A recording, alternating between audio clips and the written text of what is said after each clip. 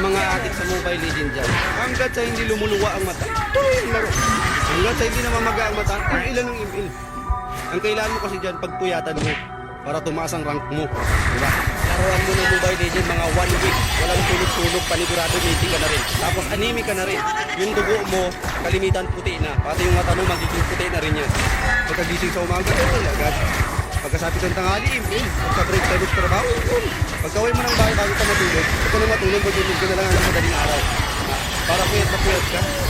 Para magayon mata mo talaga. At least, hindi man tumaas yung rank mo, tumaas naman yung ano mo, yung ibag mo.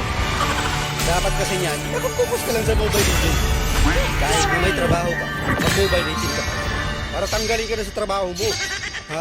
Yung iba nga kapag naglaro ng Mobile Legends, talagang may kasamang puso. Kahit na inaaway din ng asawa, tuloy pa rin ang laro.